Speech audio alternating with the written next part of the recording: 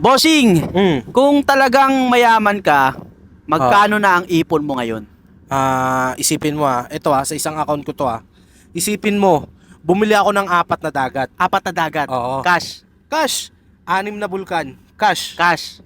Tapos binili ko pa yung JNT. JNT, boss, binili mo? Cash Oo, din yun, cash.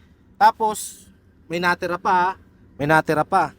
Ay, Yan. putik. Yung isang account ko pa lang yan. Konti na lang. Oo. Konti na lang, guys. Pero sa sobrang konti, hindi yan kakasya po sa bulkan nyo. Hindi talaga. Isang account pa lang yan. Isang account pa lang yan. Ito yung isa akong account.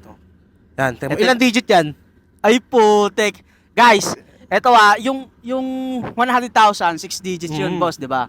Yung 1 million, 7 Oo, digits. 7 digits. Putik, yan, hindi yan 7 digits, boss. Huwag ka na maingay. Yung maingay dyan. Kaya sa mga nagsasabi diyang hindi ako milyonaryo, di naman talaga ako milyonaryo Hindi ka na milyonaryo, boss, kasi ano ka na, boss, bilyonaryo ka na eh. Hindi, lagpas pa dun. Nagpas ka pa doon. Oo. So ano ka na, boss? Trilyonaryo ka na, Oo, trilyon. trilyon na ako, trillions. So ano nang tawag sa'yo, boss? Trillianes.